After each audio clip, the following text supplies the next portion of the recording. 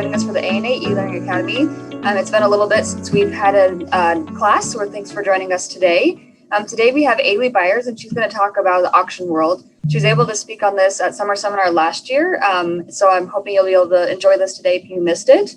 During the presentation, if you have any questions, you will have to use the chat feature or the Q&A feature here in Zoom because we cannot see or hear you. The questions will come to me, and then I will read them to Ailie at the end of the presentation, and then we'll kind of go from there. We'll also send out a survey at the end of the presentation here in Zoom. It's just 8 questions, very, very easy. So if you can fill it out to help us better understand what you thought of it and how we can do better for the future, that would be great. So I'm going to go ahead and turn it over to Ailie now. Enjoy. Hi, everybody. So I'm Ailie. Nice to meet you all on here. Hope you're having a good season. So just give you a brief overview of what I'm going to talk about. I am an auctioneer. I'm a professional auctioneer. It's what I do to make a living. Yes, it's what I do all year long, even in pandemic. We are an auction company that specializes in coins. Our name is Centennial. We are not a coin company that does auctions like some of the big houses. We also are not an auction house that does primarily other stuff and then does coins every once in a while. Those are the people that you guys see online or go to the shows. Go to the auctions where they put an eagle in a bag of nickels because they're not sure what it is, or they think because they have a red book, they know everything. We've seen lots of things for other people. We've actually gone to a federal marshal seizure auction, and the marshals had all the coins laid out. They're all gold coins. And we asked if they could, because you're not allowed to touch them at federal auctions, we asked them if they could flip them so we could see the dates on them. And we were told no. So we didn't buy anything because that's difficult. So that is what we do. These are the principals in the company. It's a family business, so I am the one in the center, in case you couldn't figure that out. That is Steve Schofield and Dee Byers. Those are the 2 principals. Steve started collecting coins back in the 1950s. He's the lead of the company. He also is the main cataloger, so he is the one with all the coin knowledge, and I have a decent amount of coin knowledge thanks to my time at ANA. The auction company itself, the primary company, was formed in 1981, and we formed the Centennial division, which specializes in coins, in 1993. And I started working full-time in 2013. So all things being equal, I'm relatively new. We are licensed and bonded in New Hampshire, Maine, Massachusetts, Vermont, Illinois, and California. There is license law for auctioneers in the United States. It's pretty much the same. The states that have license law is the same across all the states, except for Louisiana, because they work under the Napoleonic Code of Justice. The states in plain red are ones that have license laws. There's a little key there. The ones that are shaded, like California, you need a bond to do an auction. And then some commodities in Oregon, Nebraska, and Oklahoma require licensure, and other commodities don't. So if you're attending an auction in any of the other states, they do have licensure requirements. All the licensure is basically the same. It's under the Uniform Commercial Code. And fun fact for everyone that you might appreciate, in the Uniform Commercial Code, the UCC, all lots have reserve unless otherwise stated they don't. So it's kind of the default that things have reserve. They don't necessarily do in our auctions, majority don't, but unless stated specifically, that's what the UCC does. That's a thing some people don't understand, and you guys can ask me about that later.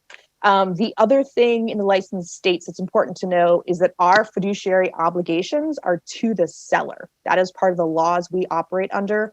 So we treat all buyers the same, but our obligations are to the seller. So fun facts about the auction world. So as you can see, I've been doing this for a long time. That's me when I was knee-high to a grasshopper. That was my childhood. I grew up doing this, but I didn't do it full time. So I've been around it for a long time. And an auction, just so you guys know, it's a public sale, which doesn't have to be actually in person, where goods or property are sold to the highest bidder. Pretty straightforward. Sales can be online, they can be live, or they can be simulcast, or live simultaneous is another word for simulcast. A majority of auctions these days are happening online, shockingly enough, because we have this thing called a pandemic. This was one of the first coin sales we did back in, I think this is in 1994. So if you are going to be buying at an auction, the really important things you need to know about are preview, terms, the fees or buyer's premium, and then taxes. what are the terms and conditions for the sale you're buying at? Is there a buyer's premium? How much? How it will affect your bids? Those kind of things. So let's go into some specifics on those. So, oh, my bad. Other thing you should know is like how you pay and when you pay. So, and are they going to have a preview? Will you be able to have an in-person preview or inspection before the sale happens?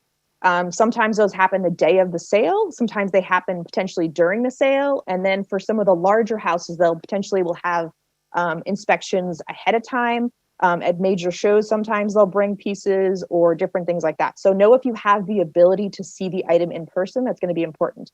If you don't have the ability to see it in person, how are you getting the information on what it is? Because as you guys know, you like to see the coins ahead of time. Most major houses will do it. Next up, terms and conditions. These happen to be our terms and conditions for our buyers. It looks like a lot. It's kind of boilerplate. There's a lot of this you're going to see in everywhere, but it's very important to look them over. It's your first time working with anyone. Some of the most important things you should look through are the pickup terms. Will it be shipped to you? Are you in charge of shipping if it's not some happening in person? Or do you have to come pick it up? Or do you have to arrange the shipping through a third-party vendor? That's a thing we're seeing a lot of. You buy it and the auction house just says, all right, contact UPS or contact FedEx and figure out how to get it taken care of. Is there a buyer's premium? That's kind of a standard term used across most auctions. It's usually what it means is if you sell an item, if it hammers down for $100 and there's a 10% BP when you go to pay, it'll be $110 plus whatever taxes are in the local area you happen to be buying the item in. What are the payment terms? How can you pay? Where do you pay? When do you pay?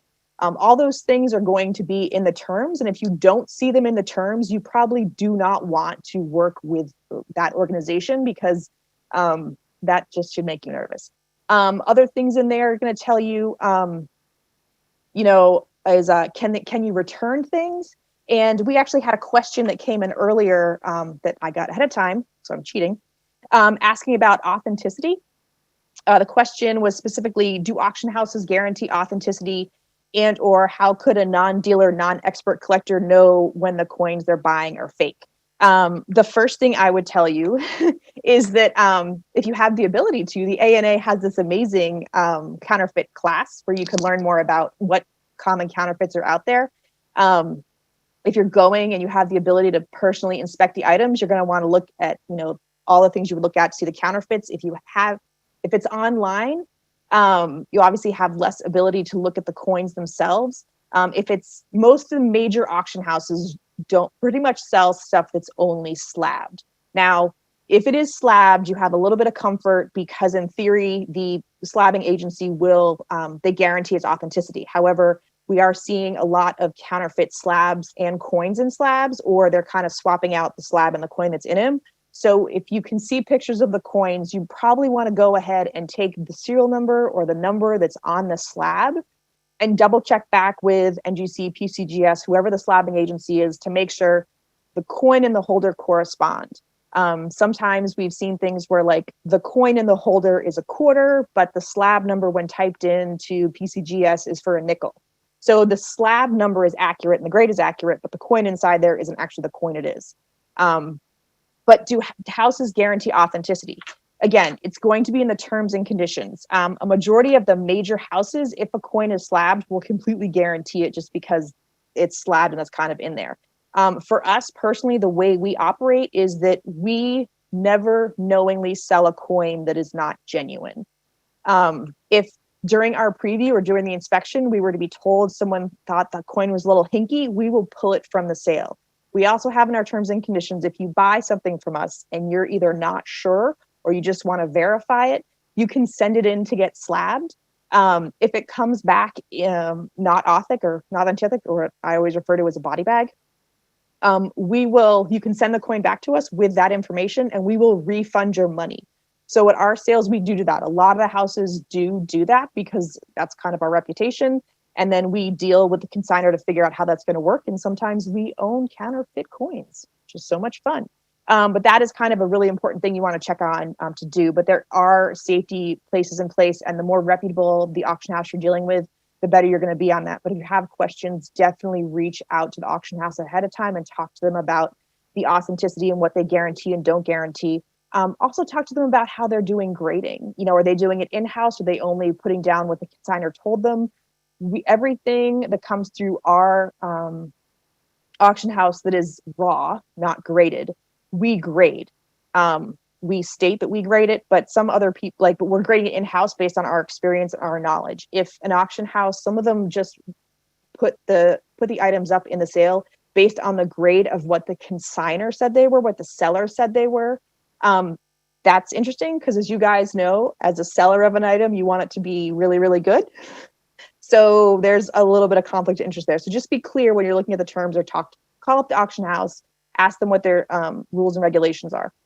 Look at the terms. The terms are really important. I know it's kind of boring, but you really should read through them. They're generally not that long. The fees, buyer's premium, where you talked about how it will affect your bids. When is it factored in? Is it factored in before, after taxes? Is it factored in before, after other things? Sotheby's came out this year with this new fee they're calling an overhead premium. It's a 1% fee on top of the hammer price to cover the overhead costs related to their facilities, proper handling, and other administrative expenses. So they're going to sell it. They're going to put the overhead fee on it. Then they're going to put the buyer's premium fee on it. So that is where it falls. So make sure you find out the order of operations kind of in the fees. The other thing you'll see potentially is processing premiums. That has to do with using or not using certain types of payments. Are you using a credit card? Are you having a wire transfer? Is it cash? Is it check? So some auction houses will charge different fees depending on what you do. That's the other place you want to look for fees. Usually they call them processing premiums or processing fees. Taxes, I could spend forever talking about this. The best resource for you to find information out for taxes in terms of how it affects you as a buyer is the Industry Council for Tangible Assets is some of the best resources. This is a teeny tiny example on the bottom in terms of if you should or should not be charged tax based on what you're buying and where you're buying it. Every state is different and there's 10,000 variations. It is very convoluted and there's no straight answer. I happen to lovingly live in the state of New Hampshire, which has no sales tax, and all of our conductions that happen on site mean there's no sales tax. So I get to play the game of it's zero. But depending on where you live, as you're well aware, there's different tax rates. And then is it taxed as a bullion, as a currency, as a collector items, yada, yada, yada. Also, there was a Supreme Court ruling back in 2016. It was the Wayfair decision, which affected how people are collecting or not collecting taxes. It's kind of affected how things have been done through some of the different online portals. So you might see that. And that's a question you probably want to look into. But the dealers are pretty good on this. But if you're not a dealer, just be aware you might start seeing taxes on things you didn't see taxes on before because of the Wayfair decision. So that's kind of all the main exciting things you should know if you're buying. If you're selling, same kind of things, different order. Sellers or consigners, you want to know about what are the terms and conditions of your contract? How are they selling your material? Are there any buyback costs or fee for you having reserves? When do you get paid? And a really important one this year for a lot of people became is there force majeure language? That is basically a lovely term to describe what happens when something like a pandemic happens and you can't have a sale. You might have not seen that in a lot of contracts before. You will probably see it moving forward for everyone. This is our consignment contract. As you can see, the bottom is our terms and conditions. It's incredibly simplistic. This is the old one. It's getting updated with some force majeure language. The way we operate is that we pay our consigners 30 days after the sale. Pretty straightforward. And in there, any excitingness about different levels and all that stuff, we handwrite into our contracts. So that's kind of the main things you need to know if you're selling. And different auction houses work different way on how they pay, when they pay. Some of the contracts are very involved depending on what you're doing and what the commodities are. The way we operate our house, again, this I can just speak for myself. If you bring me, this has happened, 200 pounds of pennies, there's going to be a much higher commission rate than if you bring me, 5 1,800 gold slab coins. I have to do a lot less work, a lot less marketing, a lot less figuring out what they are. And I also want to say that we are an auction house that specializes in coins. I have friends that work at all the major auction houses. I love a lot of those people. Steve, the principal in R, has known some of the principals of theirs for a very long time. And since I'm in New Hampshire, Wolfboro, New Hampshire, some of you might know that name, is just about 30 minutes down the road. That's where Stack's Bowers has a place. So if I do reference any of the houses, I tend to reference Stack's when talking about them, just because I see those guys more often. But they're all really great, but we all work differently. And it's kind of just you just kind of want to find out who you're working with and what the goals they're using for. So the biggest complaint we tend to hear, well, the two biggest complaints we tend to hear, the first one is like, why does it take so long to have an auction? Like, why, when I give you this stuff, does it take so long for you to have the sale? If you are giving a large quantity of material, that's part of it. The other thing is anyone that is doing their due diligence when selling your material, because again, that's our responsibility is to the seller. These are all the things we have to go through. We have to go through getting the material, cataloging it, marketing it, conducting the auction, reconciling any problems, and then actually giving the money out. So quick overview of these different pieces. Consignments versus estates. We do a lot of estates. In an estate situation, all the material has to be sold, regardless if it's great coins, if it's 90%, if it's silver eagles, if it's reference books. The lawyers say everything has to be sold, it has to be sold. In more the major houses, you're not going to see that kind of not lower end, but just kind of stuff. They're going to have the really nice stuff. So you're not going to see kind of that material. That material is going to be more at the lower level or more regional kind of places.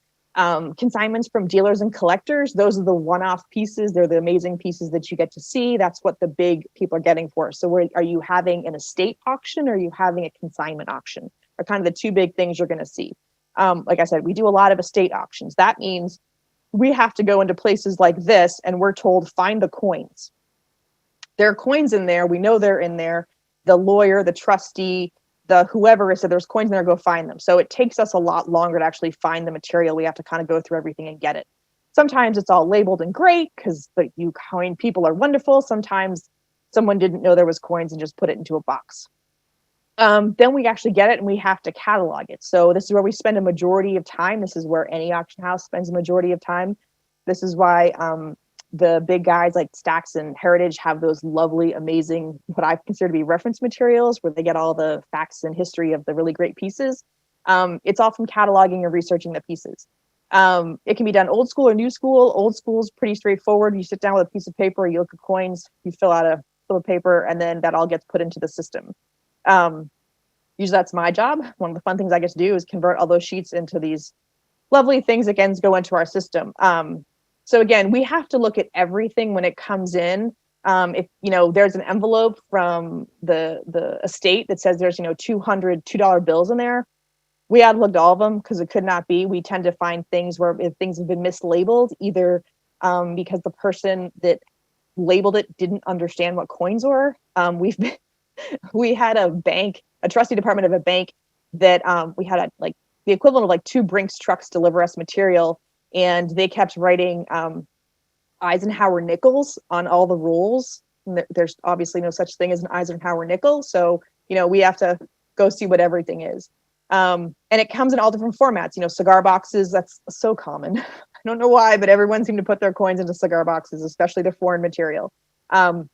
We also tended to have, sometimes they're in books, sometimes they're mislabeled, sometimes people put coins in the wrong places. So we got to look through the bags, the boxes, the albums, look for any of the key dates, pull them out if they're important, make sure the right date is in the right slot, count up the number of things in the album. And sometimes, the family is misinformed. We had a family call us up a couple years ago and said they had all 5 of the 1913 Liberty nickels in their possession. We told them that was most unlikely, but we did have a conversation with them and their lawyer in a room, and we finally convinced them that they didn't have all 5 of them. But they were really mad at us. So because we're looking through everything, we need to be an expert in all areas. We don't get to specialize. I get to take all these awesome classes at the ANA, and I get to go take, a class on the Eagles or a class on colonials. And, some of you collectors, you have these specializations and your depth of knowledge is incredible and amazing. And I don't get to focus on any one area. So we've got just reference books and shelves and shelves and shelves because maybe it comes in and it's all American, and maybe it comes in and last year, it was all German and Austrian. I had a collection that was all German and Austrian, and wow, they make a lot of coins there. So So we have to figure out what it is so we can catalog it. It means calling, texting, emailing colleagues. I've been really, really lucky with my experience with ANA and summer seminar to meet a lot of really great people. So when I had all those German things, I happened to know a gentleman who was German, and I just sent him a bunch of photos, and he was able to tell me what all of it was, which was so much faster than looking in those world coin books. Sometimes we also get stamps, which I would advise to not play with. But we never know what we're going to get. We just kind of have piles of it everywhere. We're going through it, trying to figure out what we're looking at and how we're going to organize it all. It's super fun and awesome. Makes me get a little spazzy sometimes. Then we have to go ahead and organize the sale. We want to know like what we have. We put them into lots. So depending on how we try to organize our sale, the same way most of the major houses organize their sale. In terms of, we have this really amazing coding process, but basically at the end of the day, assuming we had something from every single category, all of our sales would go in this order. We rarely have a sale where all this is in there, but this is pretty much the same order you're going to see from all the major auction houses. Anyone that does specialization in coins generally sells in this order. There is a method to the madness of this behind it. One, because certain people like certain things, and they tend to be grouped together. And two, it also means that people that would kind of never be in the same space of collecting, if they're not just general dealers, you kind of can have the turnover in the room of people coming and going when they need to. But again, we don't tend to have everything all the time. It also helps because if we have to split the sales, sometimes we'll split the sales because there's too much material. It means that everyone can have a week to sell and get money to come back to buy the rest of the stuff, which is always helpful in paying your bill. So when we have lots of bullion, we happen to sell it based on value. The way we personally do it in our house is we sell $10 face $10 face bags. So all the 90% is sold in $10 face bags. Obviously, that means the different number of nickels, dimes, and quarters go into the bags, but that's just the easiest way we find it. So they're always $10 face. That means everyone can do the math relatively quickly, looking at what the current market is for silver. That is how most bullion is sold by face value, as opposed to selling it by weight, is how most houses do it, but some houses do it differently. It just depends on what term they're using for value. Are they using weight or face value or silver value? Then we also tend to get lots of min sets and proof sets. We tend to sell them in runs in order. So obviously starting numerically and going forward. Or if we have groups, we'll sell them in groups. We had a sale that we had all these Perth mint gold bars. We had 1,000 of them. So although technically every one of these bars is unique, they all have a unique bar number. At the end of the day, you guys were just buying them based on the fact that they were a gold bar. So what you will see at our auctions and at some smaller auction houses, you won't see this at the major ones because it's an auction style versus being a dealer style of selling, is what we refer to as on choice. So if you go to an auction, they talk about on choice. It means that, say I have 100 lots, 1 to 100, and they're like these gold bars. At the end of the day, they're the same thing. I'll say I'm going to sell like, 1 to 100, lot 1 to 100 on choice, and we'll, do the normal sale. I come up to the final price. And then I say to the winning bidder who say bought it for $1,000. I know that wouldn't be the dive on this, at $1,000, which one do you want?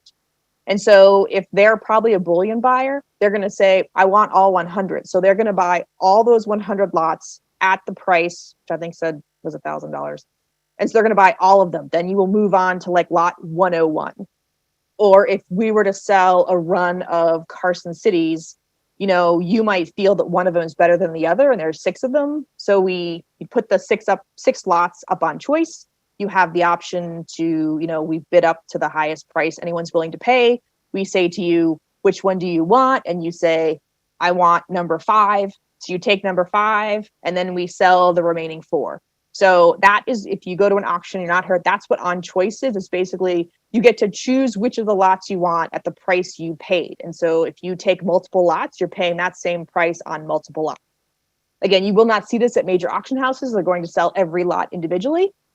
because most likely they are not going to have 1,000 gold bars that are all the same. The other thing you can hear it besides being on choice, if they were to be incredibly similar, you could hear times the money is another phrase you might hear at an auction. So if you were to say have 5 items and they were to say times the money, it means that they're going to sell. So you sell it like 5, 10, 15, 20, 25, 30. They sell it for $30. There's 5 items. You're buying all 5 items for that $30. You're selling it as a group times the money. It's how land is sold. So if you've ever been to a land auction, that's very common if you have multiple acres. So those are the kind of 2 terms you'll hear at an auction, on choice and times the money, that you probably wouldn't hear at a big auction house. And you're probably going to see that more in a live situation than you would online, just because it's harder to execute. It can be done, but it's harder to execute, and it's very confusing for people. So getting back to different things, we also have, albums. We tend to group them, or they could be individual reference books. Again, since it's a state, we have lots of them. We tend to put them into groups. As you can see, those are all catalogs from, those are actually stamp catalogs. So we tend to sell reference books in boxes and stuff like that.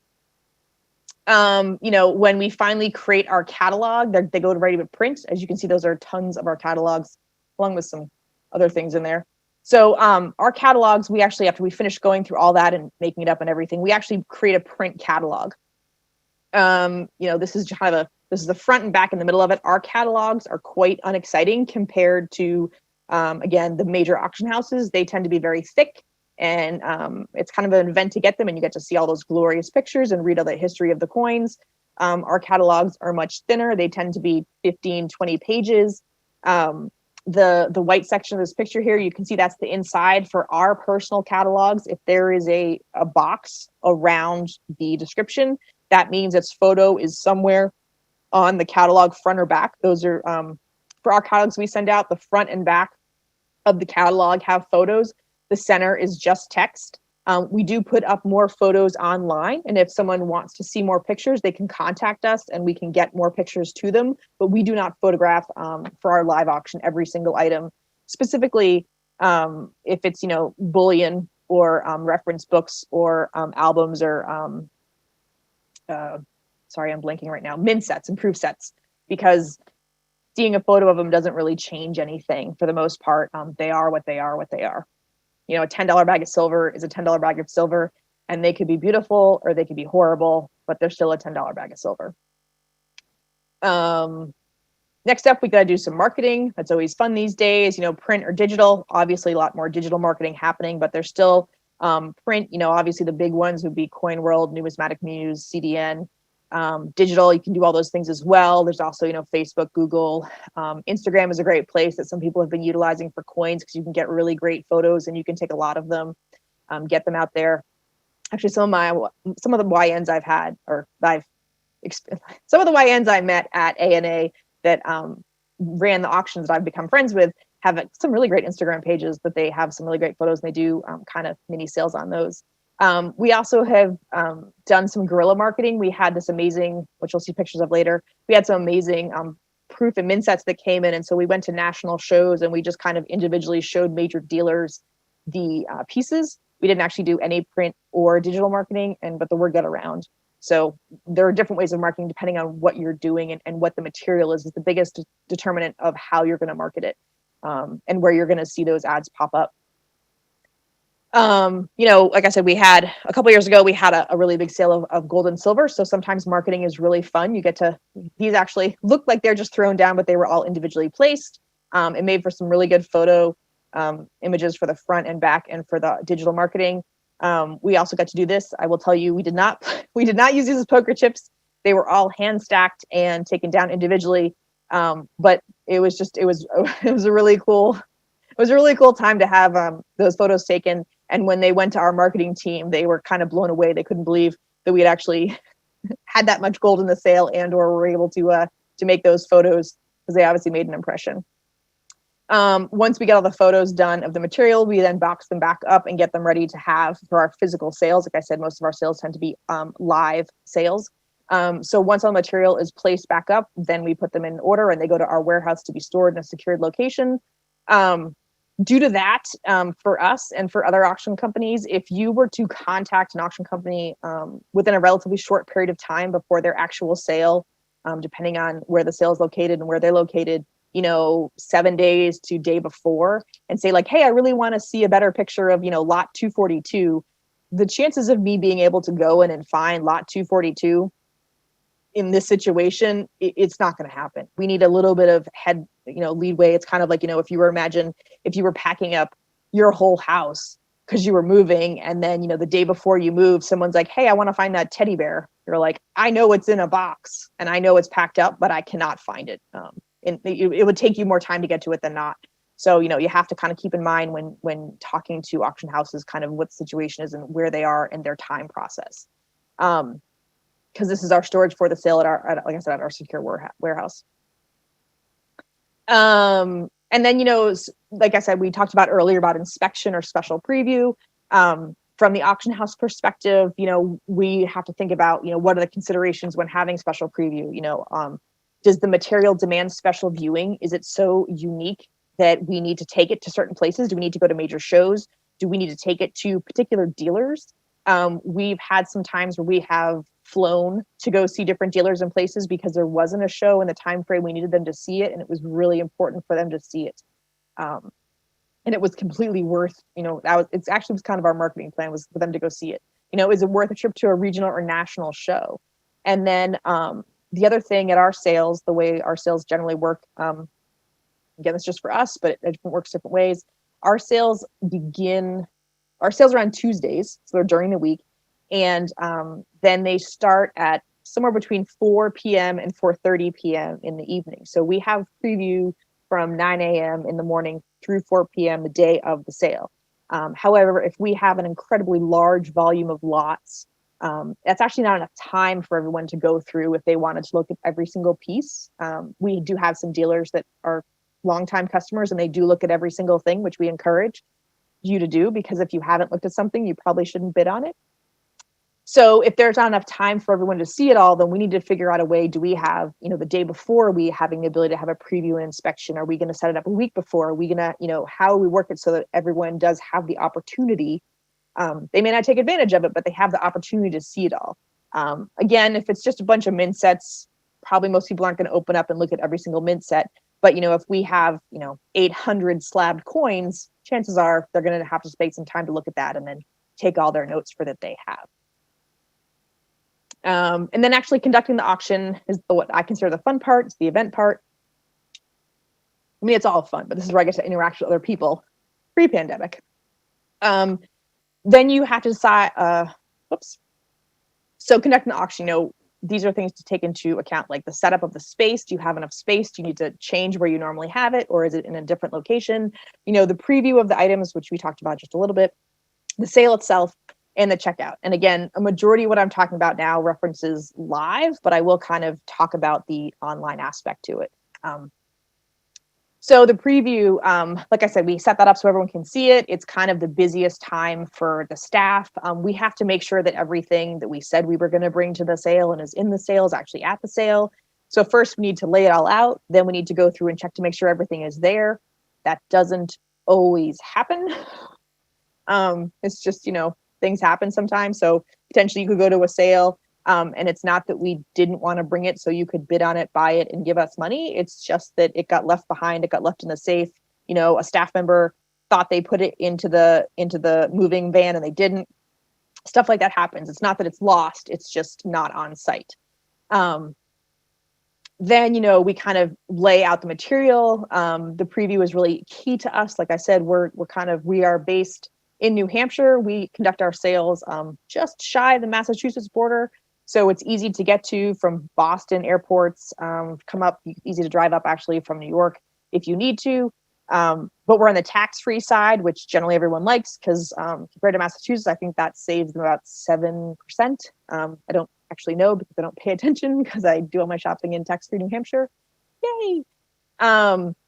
So the preview is really important. We generally set up what we refer to as horseshoes. We do our previews a little bit different than some of the major houses, and it's partly due to physical constraints of space. So at our previews, the material doesn't move, the buyers move. So material is at one location, the buyers move around the space. Whereas at more of the major houses, you sit at assigned seats and you ask to see lots and they bring them to you. Again, it just has to do with space and requirements and stuff like that. So kind of that's how it works for us. So, this is a preview. These pictures mostly are pre-pandemic. So this is not what we're actually making people experience now. So people, like I said, move around to go look at the material. It's grouped together. The biggest problem we have is usually space, as we just have more material than we have space for. So how do we make enough space that everyone can still look at the material, open up the albums if they need to open up the albums, and not be blocking anyone else's ability to see anything. Again, in the COVID world, it's not really been an issue because we've had a lot more space. So sometimes people think the preview, I think it looks a lot like some of the major shows where you go and the cases are just chock-a-block full of things. And so, people can look at things as they need to. And again, since how it's arranged, the gold guys tend to be all near the gold, and the currency people tend to be all near the currency. And then, the bullion ladies move with bullion. So that's kind of helpful in how it's laid out. We also do lay out our preview numerically. So we start at lot 1 and go to the last lot, as opposed to being, because of the order of the sale of how we do it, is just easier for everyone to understand. And that's the way we've been doing it since 1991. So everyone's used to it. So, this is what preview looks like. Again, I said pre-pandemic, this is what preview would look like. People going around and you have all the lights on there. We do allow people to bring their own lights. So if you have a particular light you want to use, just check with whoever you're going to do preview with. Most times they don't have a problem with that.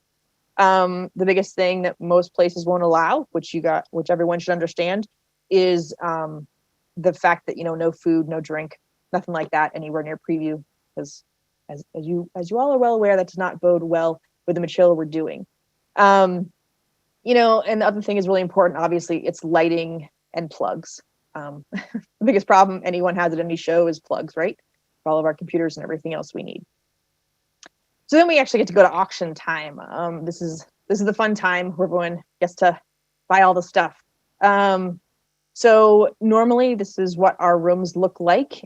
Again, pre-pandemic, kind of what it looked like. We do this kind of classroom style seating. We allowed tables for people to put their notes on and spend time in, and they kind of fill up the room. This is, room looks pretty straightforward. These are my notes that I see when I'm not using a tablet, what we're just looking at it. This summer, we actually were able to host a couple of auctions after a couple of months of negotiation with our hotel we work with. So this is what our bidders sat in. It was very strange. All those chairs were 6 feet apart. So we were able to have a lot less people in the room, but it still actually worked out really well. I was rather impressed with everyone that came to our sale. I was very happy with my buyers. So if any of them are around here, congratulations, kudos.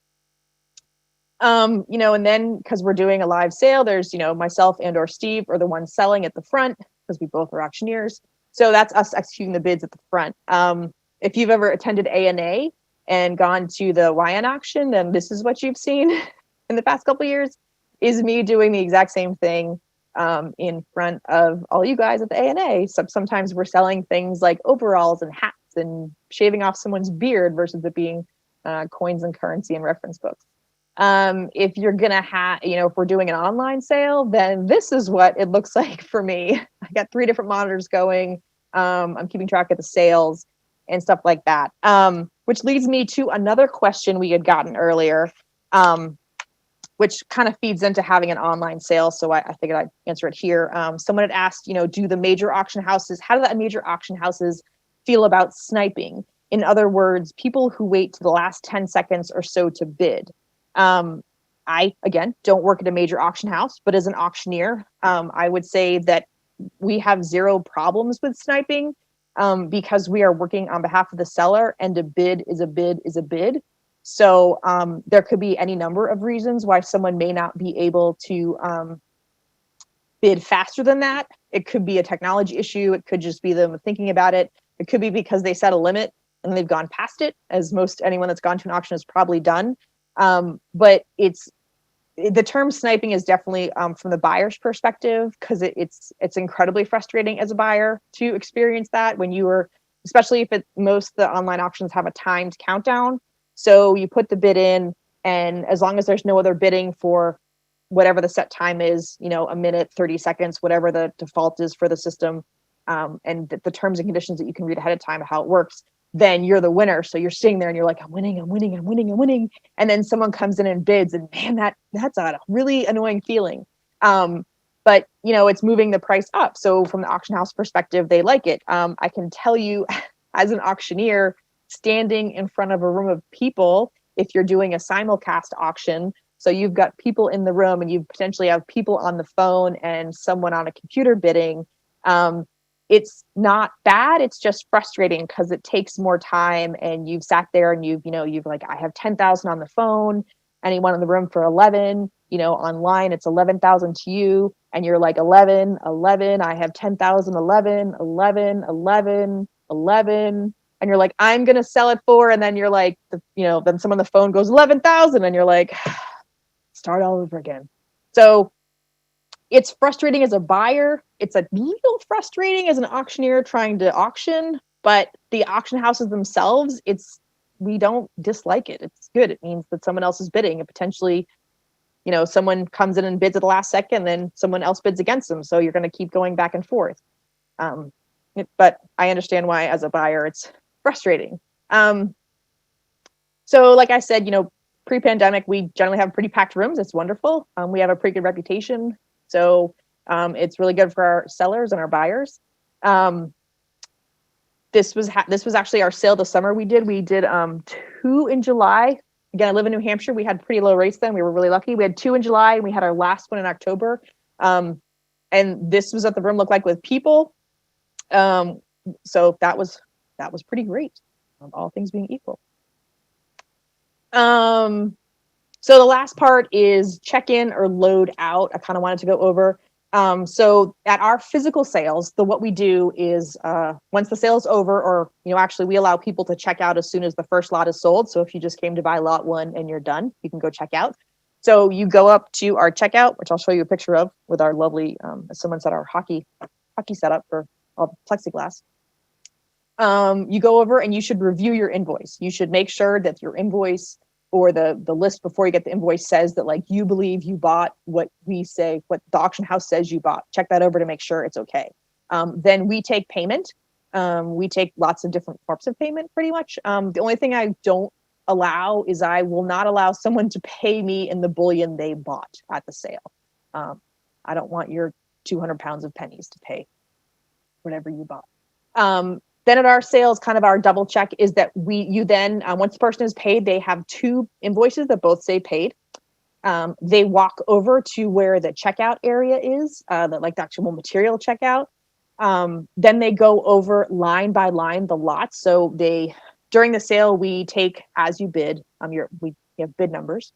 So the items that the buyers, like as it, you buy lot number 1, on the tag on lot number 1, we write down the bidder number. So 101 is the buyer. So then all 101's material, say your number is 101. We collect that material, we put it on a table, we sit down with you, and we go over lot by lot by lot to make sure what your invoice says is what is actually that you're getting, and that you've seen it and looked at it, and it is what you said it is, and you bought a quarter, it is a quarter. So once you're all good with that, we make you sign the bottom of that invoice as a triple check to make sure that everyone agrees, and then you pack up your car and leave. And once you leave the threshold of our auction and you have signed that piece of paper, all things being equal, there's quote no going back. You can't come back 20 minutes later and say, hey, this isn't what I thought it is, or this isn't, there was supposed to be 27 coins in this album and there's now only 22. Like, you need to check while you're in the room to make sure everything is there. More of the live sales where you actually have the material on site, that is what is going to happen. Some variation of that. They want to, the auction house wants to make sure that they agree with the buyer, so there's no problem on the back end. And this is where, like I said, we will take back something comes back counterfeit. There's always a little bit of room to negotiate, but for the most part, you need to make sure while you're in the room, before you leave, while everyone's still in the same place, you've checked all that information out.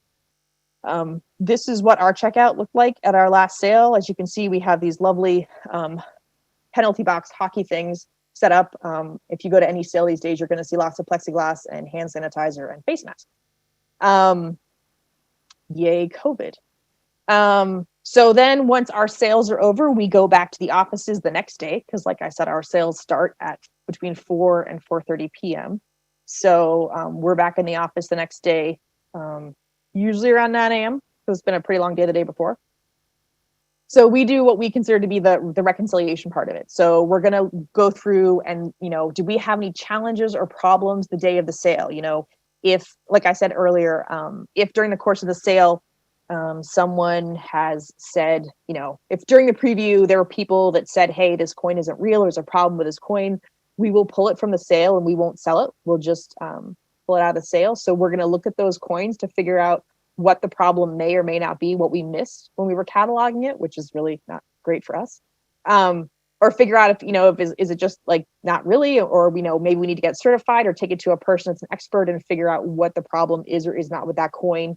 And if it is a problem coin, then we need to go back to the seller and tell them the situation and see kind of the inside the auction house to figure out how we're going to take care of that. We also need to go over if there's any technical problems or errors that happened. This is where most of our headaches come into play, or corrections. We try to do as best we can the day of the sale. There's always some problem somewhere, but they don't tend to be too horrible. So the biggest problem generally comes into challenges. Sorry, I love this slide. Someone saying they get home the next day, they're looking at their invoice, and even though they were in the room and they made the bid and they paid and they verified when they were paying, and then they walked over to check out and they verified what they were doing and they signed their name, the next day they get home and they say, I didn't bid on that. Or in the room, they might say, you're taking fake bids, there's no one bidding against me. You didn't see my bid. A lot of the bidding questions, like I didn't bid on that, no one's bidding against me, you didn't see my bid. We try to take care of insight on the room as the bidding is happening. It's usually pretty easy to resolve. If you've ever been to a live auction of any kind, it tends to happen. It could be that, you think we're bidding on lot 422 and we're actually bidding on lot 421, and kind of as it's been sold, you're like, oh my God, I didn't need to buy that. For us at our auction house, if you instantly say like, oh my God, I thought we were on lot 422, we will just resell 421. Everyone's still in the room. It's all the same people. There's not a problem. We can do that because, again, we're in a live situation and we don't have any kind of remote online people that would have a problem with that. You're taking fake bids. Again, what tends to happen in our auction room is that since there's so many people in there, you might have 2 or 3 people that are in a straight vertical kind of column as I'm looking at it from the front taking the bids. So if you're the first person in that column, the closest to me, you may not know that there's 2 or 3 people behind you that are also bidding. So you don't see anyone in front of you, but there could be people behind you, because unless you're my mom, you don't have eyes behind your back of your head. So usually we'll just say like, oh, like Mary Jane's behind you, she's bidding as well. And they turn around and Mary Jane kind of waves and they're like, oh, okay. We tell everyone at our auctions, the things you see in movies of the subtle, like make a little blink of the eye or a tip of the cap to bid on. That's great and makes for wonderful drama in TV and movies, but it's not very helpful in a room full of people. So you really should hold up your bid card. If you're bidding and you feel the auctioneer isn't seeing your bid, all things being equal, vocalize that. Say, hey, over here, you're not seeing me. We tell our people to do that and they're pretty good. All of us tend to favor one side. Auctioneers tend to favor one side of a room or another. It's kind of has to do with your dominant hand and where you tend to look. So, if I'm tending to look to the right side of the room, or there's been all the action has been happening on a certain side of the room between 2 or 3 people for 5 or 6 lots. So I'm thinking, okay, these are where my currency guys are sitting. This is where all the action is happening. The left side of the room has paid no attention to anything for 45 minutes. I may not be looking over there. So just be like, hey, and you're like, okay, I'll, come get you. Most people are doing things like I do. We audio and video record all of our sales just for this reason. So we have kind of some backup documentation to say like, hey, you put your hand in the air or there was other people there. We also do digital and paper clerk sheets because we've been at a hotel, got struck by lightning, and all the computers got fried. So, kind of having backups. The other thing that is a little bit different about what we do, and again, it's because of how we're set up, is our sales. Like I said, they're live sales. They happen in a ballroom at a hotel, and we don't have a simulcast situation. So what we do is we will allow people to leave us absentee bids ahead of time, and they could leave us the max bids. Like, so say you're finishing off your collection and you really want that coin, and even though the coin might have a value on the market with most of the people of $100, but this is the final coin that'll fit your collection, you might leave us an absentee bid of $500. What we do when we say we do this, and I think if you talk to most anyone that you'll come across, they will say this: what happens, we execute those bids competitively on the floor. So one of the other staff members, generally the other auctioneer, will be standing to the side. So if I was the auctioneer selling, and so I open up the item, and like I said, it has a generalized market value of $100. So maybe it opens at $50. So it's 50, and then Steve is going to execute Mary Jane's bid. So he's going to say like 55, and then someone in the room bids 60. So I'm just going to keep looking at Steve I don't know who the bid is, and so say we get to 100 and the person in the room keeps bidding, then Steve is going to keep executing that absentee bid until it stops. Maybe they win, maybe they don't. Maybe the other person needs to finish their collection too. But that is how we execute our absentee bids. Yes, we can see the max on there, but we are not starting at the max. What I tell most people is, in a perfect world as an auctioneer at the coin auctions, is I'd love to have 3 absentee bids. Because if I have 3 absentee bids, then I know exactly where that lot has to start, because the bottom person, the lowest bid absentee bid is definitely gone. And then the third absentee bid, I just have to go one level above the second one. And that's where I started. So if I had a bid for 100, 110, and 140, then I would start it at 130. We go in certain denominations, because I would have to knock out the bottom 2 bids. Whereas if I just had 2 bids and say that was $1,000 and $10,000, there's a lot of space inside there. So if 3 is ideally the number of absentee bids, but that's how we do our absentee bids. Again, that's something to look for in terms and conditions. If it's a live sale and you're leaving an absentee bid, how are they executing it? If you're in an online situation and you're putting in max bids, you want to the best of your ability, find out if the auction house can or cannot see what the max bid is. How they execute that and how they handle that is in their terms. They should be able to tell you about it. But how they, whenever we've had online sales for our company, for Centennial, the system we use does not allow us to see someone's maximum bid. So the computer system itself is doing the bidding against, the 2 people in the system are bidding against each other. So even though, Tom may have put in a max bid of 100 and Jerry may have put in a max bid of 500, when the actual time of that sale executes, it's the computer bidding against each other till Jerry gets it. It's not us inside the auction house looking at that information. And we don't have visibility to those max bids. So that is how we've executed ours in the past. Everyone does it differently. That's something you should look into if that's something you feel uncomfortable with. And just, again, call the auction house and talk to them. Those are most of the challenges. And then tech errors. Sorry, sometimes my own slides crack me up. There are things that happen to everyone all the time. You run all the invoices and the gremlin got in there, and for some reason it changed dollars into pounds or into euros. I've had that happen. When you go to run the settlement statements for the consigners, for the sellers, we run, the way we do it is all of our sellers get a preliminary settlement a couple of days after the sale that's mailed to them or emailed to them that says, hey, this is the sale happened, all things being equal. If all the coins, if everyone pays us and there's no problems there and none of the coins come back as non-legit, then this is how much, you're going to get, because here's what it sold for, the fees and commissions and all that stuff in the final settlement. Sometimes, there's different things in there. If anyone has any special fees or commissions or contract aspects that are not standard, we need to go in there and do that. Like I said earlier, is it, 1% level for gold and a different percentage level for kind of, the 200 pounds of pennies, did something have a reserve and it didn't make it, so there's a buyback fee? Like, what are those things that are in there to make sure they're falling through right way? And then just for, every once in a while, the system just does what it does and things get a little weird, and you got to just check for those, because one time it printed everything out in like Dutch or something. I don't know. It was very hard to read. So then, we obviously need to make corrections.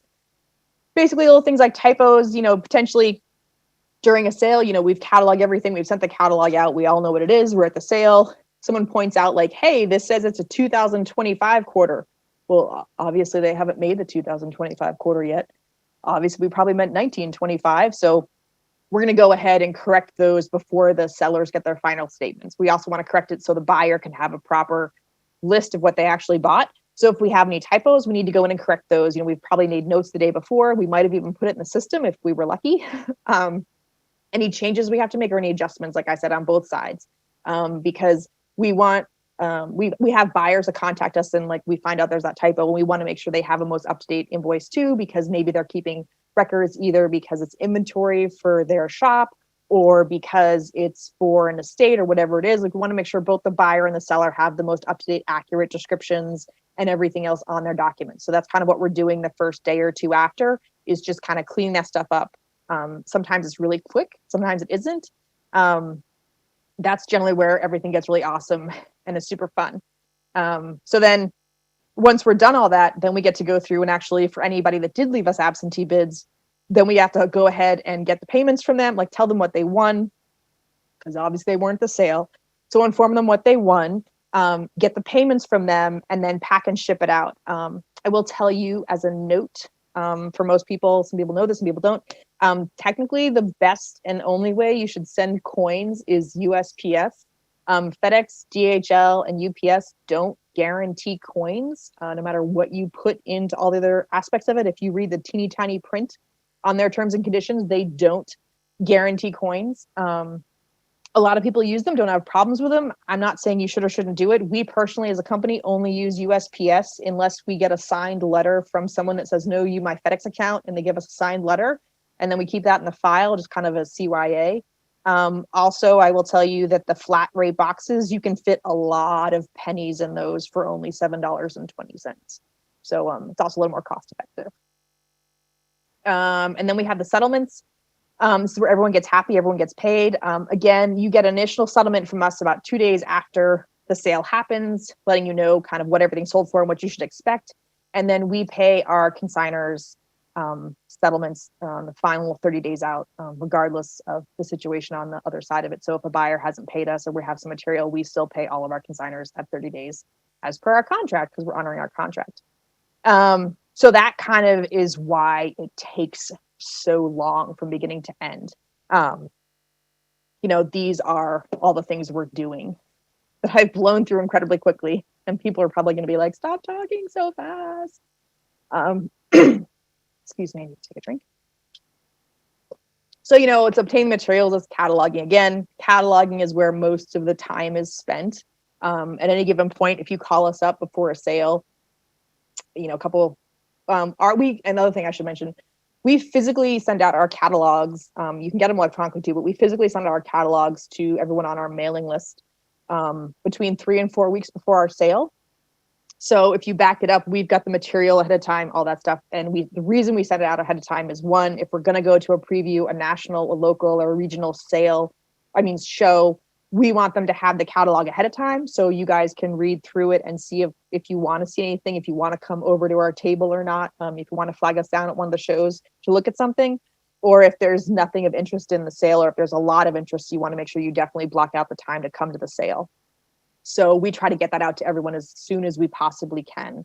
And for us, sometimes we actually will get, maybe our catalog isn't done, but we can at least say like, hey, yes, we definitely going to have some currency. It's nice currency. We'll let the currency people know. So we try to be as upfront as we can about what's happening as we move forward. The next thing that we get the biggest comments on is, there was 2 questions. The first is, why does it take so long? The next question is, you guys make way too much money off my stuff. that, the auction houses are loaded and we're just, stripping you guys bare. I cannot speak for any other auction house, but I'm sitting in my office here in New Hampshire. I am not in Tahiti, so we are not taking a ton of money from you guys at all. The places we are, quote, making money off of are the commissions, the buyer's premium, and any fees. And for us, really, it's the commissions and the buyer's premium. We don't really have any other fees built into any of our situations at all, for the most part. Those are really strange situations if they have them. So, when someone says, what exactly are you spending all this money on? What do you need all these things for? And the simplistic form is like, they're like any other business, and any of you people on this listening, if you own a business, this all makes sense to you. If you don't own a business, maybe some of this is going to be surprising to you, but there is the insurance and the risks and the overhead. So like insurance world, pretty straightforward. We have business insurance, we have auto insurance, we have workman's comp, we have health insurance, other fun things you probably don't know about if you own a business. There is terrorist insurance we have to have now.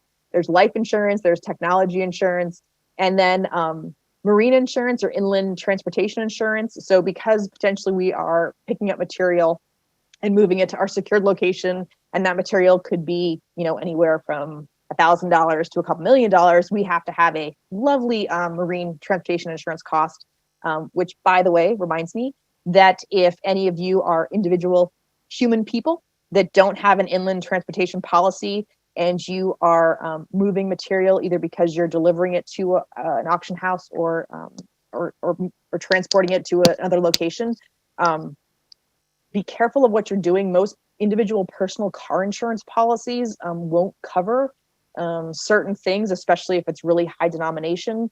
That's why we tend to go to the site of the material, be it the bank or the storage facility or the house or whatever, to get it, because most individuals, their policies wouldn't cover them to bring the material to us. We also have a secure location that is unknown for insurance and security reasons, so people can't come here. But that is why. So just be aware of the fact, if you're transporting your own stuff, make sure you have the insurance to cover what you're transporting and how you're transporting it. I was actually rather surprised on some of the limitations on just even the business auto insurance. Was not at all as much as I thought it was, even when you started getting into the nitty gritty of that fine tooth stuff, which is so much fun. The risks, obviously, we have acts of God, lightning strikes, hurricanes. Up here, it's snowstorms. We've had to delay or move things around. We've had, accidents with staff and stuff like that. We need to be experts in all areas. And because of that, we have to go ahead and get educated, figure out what things are, talk to people, communicate, travel around, those kind of things. We do guarantee payment. So like with the estates, we guarantee the payment, like we said. So sometimes we have to eat a problem. If material is misplaced, if a material is bad, in an estate situation, when we usually have a contract with a law firm or with a trustee, we've said certain things, we've generally appraised it, we've given the information. So if something comes back in a body bag, we're paying the estate out. We just have to kind of eat that.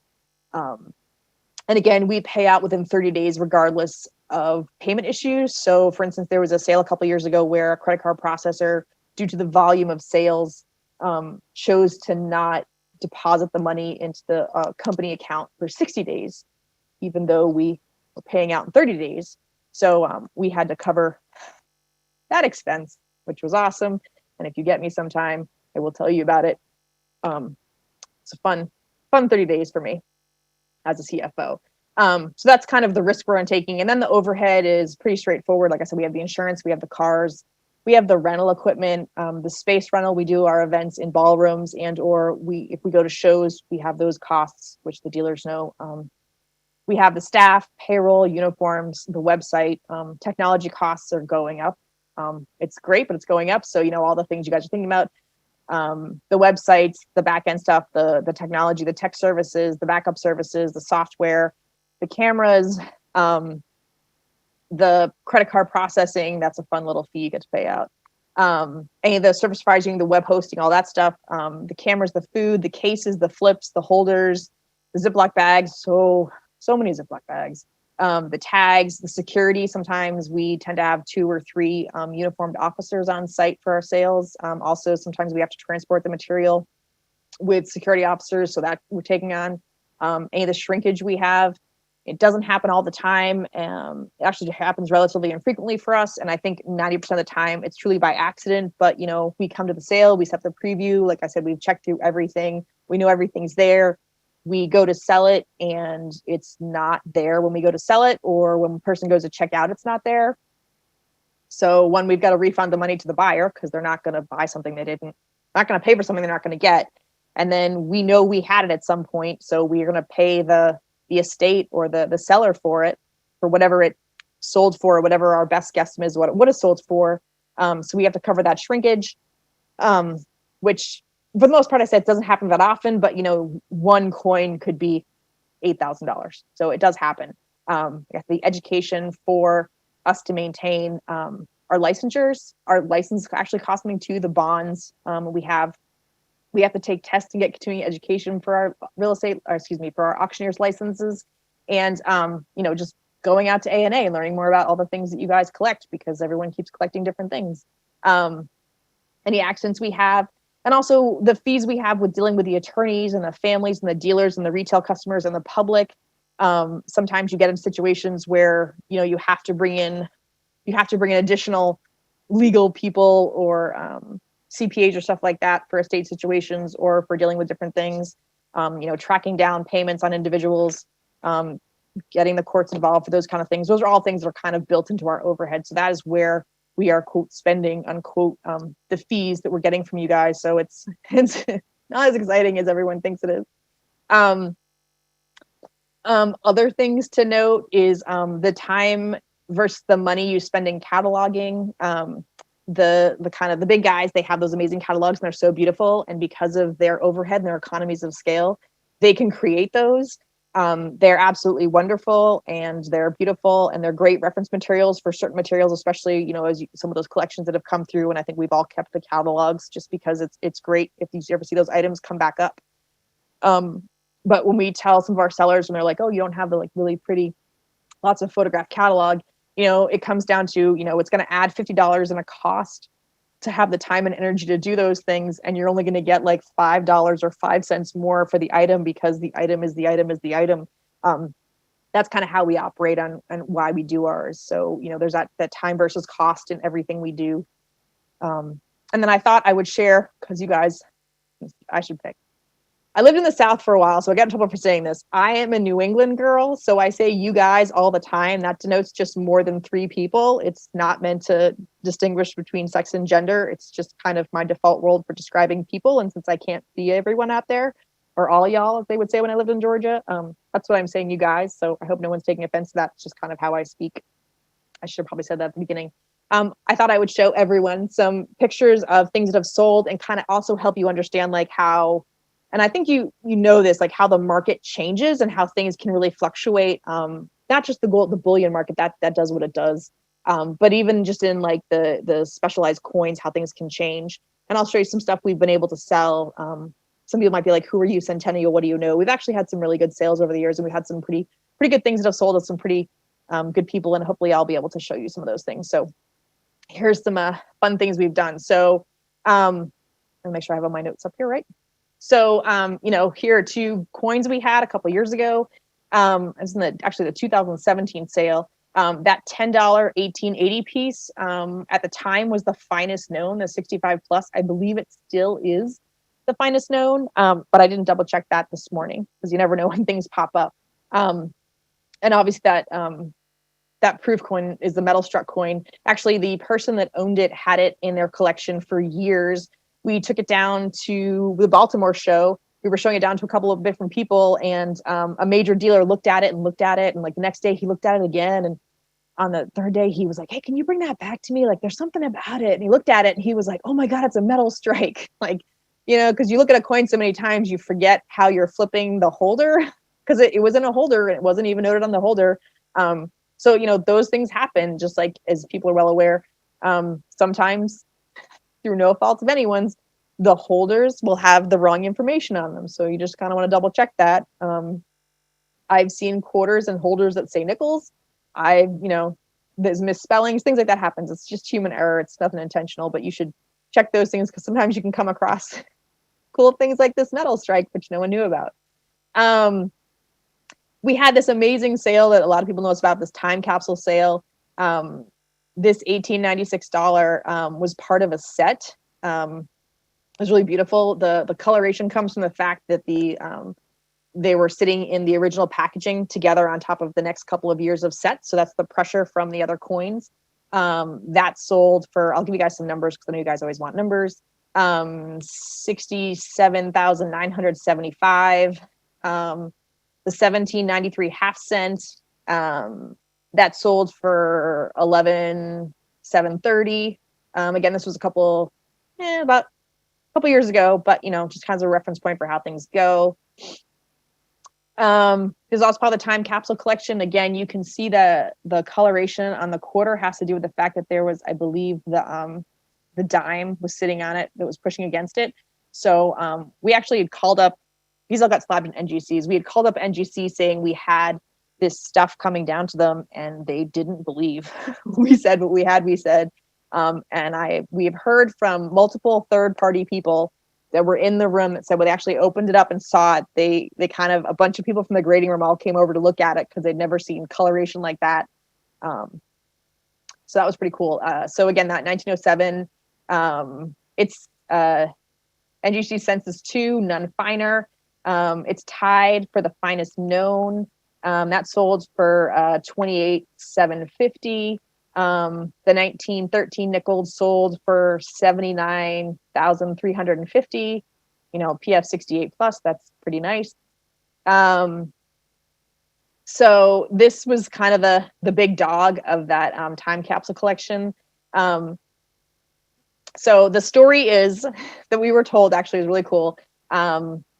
Is that the owner had 25 original. They went from 1883 to 1916 proof sets, including the 1895. They were all purchased from the Philadelphia Mint by the original owner. And because his father took him to the mint and said, buy a mint set every year. So he just went to the mint every year and bought a set. And he put him into this little wooden box. And then he passed it down to his family. And he kept telling everyone in the family, when it went to the son, it was like, don't mess with these coins. Just like, don't break them apart. Just leave the box alone. And so that just kept getting passed down from generation to generation. So it was like, don't look in the box. Don't touch the box. Don't open the box. Just leave it alone. So that's what happened over the multiple generations. The $1895 was graded, PF 67 plus. The $1896 was graded NGC 68. The 1907 quarter was graded PF 68 plus cameo. And the 1913 Type 2 Buffalo was graded PF 68 plus. There was also a 1793 half cent, an 1856 Flying Eagle, lots of Indian head cents and proofs. They had partial original BU rolls, like over 40 of the 1909 VDB cents. There was obsolete $half cents and everything. It was truly amazing. But this 1895 $1, and I can say this now because he passed. Eugene Gardner actually was the buyer. He was there. He came in. He bought the whole set because what we did was we sold each individual coin in the set. Then we added 10%. And asked if anyone wanted to buy the set. And then because it was the whole set, it went, and we had the original packaging. They were obviously had been slabbed. We had the original packaging. So then the set went up and he was the final buyer. The final set sold for $265,000, hammered down. And it was actually pretty impressive and everyone was very excited. It was clapping. And to show you how, knowing what's out there, knowing what's not there, and when a state comes in and when you have fresh material, how things can change. Heritage sold it after they all got cacked a couple of years later, I believe after Mr. Gardner had passed, and the set sold for $125. It's not that the set was any less valuable, it was just a known commodity at that point. Estates versus known unknown is a big thing, especially as you get into some of these more unique coins. Again, this coloration had to do with a quarter sitting on the back to make those colors. They're not incredibly vivid in terms of, some of the coloration you see in those coins, but it was all original patina and it was quite amazing to look at. And just kind of things you'll see at estate sales or kind of different things that happen. A dealer picker, bought this in a bulk lot for $100 at a sale, like at a picker sale, gave it to us. We sold it for $7,500, which is pretty good. Stacks then sold it for a lot more within the year. Sometimes you win, sometimes you lose. That's just kind of the name of the game in how this goes. And also going back to that proof set from the time capsule sale, like I said, it went down to the family and generations. It actually was sitting, the wooden box was sitting under, it was a woman, under the woman's bed in an assisted living facility when she passed, and the family's like, oh, we have these coins. They called in Steve to figure out what it was. He opened the box up and he said, internally he was like, oh my God, but externally he was like, oh, I think I know what this is. But the envelopes, the original envelopes, were all still sealed. The family was very adamant about not letting us open up the envelopes because they just wanted to sell them as they were, because they're like, they're worth more not being modified in any way, shape, or form. So we had to convince them that, opening them, like we basically got down to the 1895. It was like, well, some of the sets this year had a gold in them and some of them didn't. So I need to open it up and see. They agreed to it. They opened it up, saw it, and then they all got sent off. So, you never know where you're going to find things. This is kind of the cool thing we get to do. So that is the end of my presentation. I am done. But if you guys have any questions, I would love to help answer those questions. If Brianna has anything you guys have come in and said. And also, this is my contact information. If you guys reach out to me, it's Centennial Auctions. You can find us online under centennialauctions.com. This is all the information we have. But yeah, so I will. I'm guessing the questions are coming in or not. Oh, I see some questions. Okay. Should I stop sharing my screen, Brianna, or you just want to leave this up here? Sorry about that. Yeah, if it's easier for you, or you can keep it up and I can read them to you. I am going to launch the survey really quick while we go through this. So those that are still on the phone with us, on the call, please fill out this survey. And if for the one that seems to be catching people up is if you already have a membership with us here at the ANA, just choose NA at the very end and it'll submit the survey to us. So Ailie, if you can see the questions and you'd like to read them, they're in the chat feature and in the Q&A, or I can read them to you. You can tell me how you want to handle it. No, I think I can see them. Sweet. Okay, perfect. So let's see. Let's move them over. We started right at 1 o'clock. And if there's one that you don't feel comfortable speaking of, if it's kind of a controversial thing, you don't have to, or whatever works best for you. Okay. I'll try to stay above board. Yes. So the first one came in, says, NGC does not guarantee authenticity for ancient coins. How do we know about authenticity for ancient coins? So ancient coins are hard. I think the easiest way to think about that is trying to authenticate anything from 3,000 years ago. There's not a lot of people around that were there. My best suggestion for authenticating ancient coins is depending on where you are, find the people in your area that are experts, or reach out to people in the ANA that are experts and kind of talk them through. I am not great at ancient coins. I know some people that are, and in fact, I actually have one that I have to authenticate and or attribute. That Steve dropped on my desk while we were talking here. So yeah, ancients are hard because there's not a lot of writing on them. Basically, it's pretty much everyone. It's a head on one side and like a bird on the other. They tend to look the same. So I would say reach out to your local community, go to the coin shows around you when they're coin shows. I understand they're not happening right now. Pretty much everything I say is assuming COVID is not around because that's my reference point. Find the people in the area that know it. Maybe there's a club or anything, talk to them and just kind of get the knowledge that way. Because yeah, we've actually sent in coins to some of the grading agencies and they just sent them back being like, we're not going to authenticate them. Like, we're not even going to slab them. Like, So That's the problem with Ancients. But Ancients is a hot space. I know some of the YNs do a lot of ancient stuff because the American stuff's kind of been, for lack of a better term, been picked over. Very hard to like find a three-legged buffalo because it's been collected for so many years. That's the thank you. Do you need the packaging when selling proof and min sets? I have mine Eagle binders. It kind of depends on the buyers. Some buyers like having them all in the normal, like the sets that you can see, because they can kind of stack them that way and it's easy to read. But if you have them in binders and they're organized that way, I would suggest not going back and redoing it the other way. It's kind of the preference for the buyer. Majority, like I said, the majority of the stuff we get is from estates, and so the people tended to leave them in the mint boxes. In fact, we have a bunch that came in that are still in the cardboard of the mint packaging. So even though you can kind of see what it is, we just have to take the stupid cardboard off.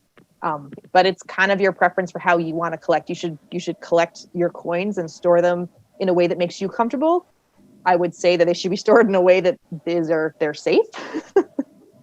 And the biggest thing in New England is we have basements and attics, and we have fluctuating temperatures. So mold and really, really hot heat and humidity is a problem.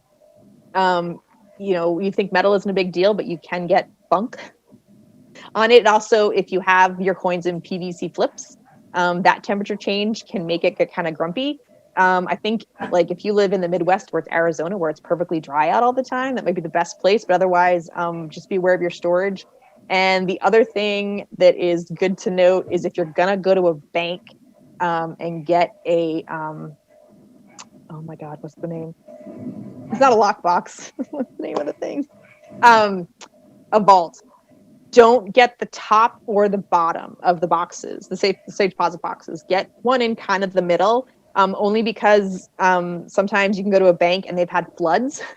So the bottom boxes get flooded. And if they get flooded, they don't actually empty them all out to make sure the water comes out. So the water could sit in them for a while, especially if you're near a floodplain or a river or an ocean or a hurricane or those places. So just kind of think about that. And then at the top, there was a building that had a fire. So the smoke went up there and the stuff inside the box was a problem, but the smoke was a problem. And or we had another one where a tree fell and kind of smushed some stuff. So the middle of safe deposit boxes is kind of the safe zone, no matter where you live.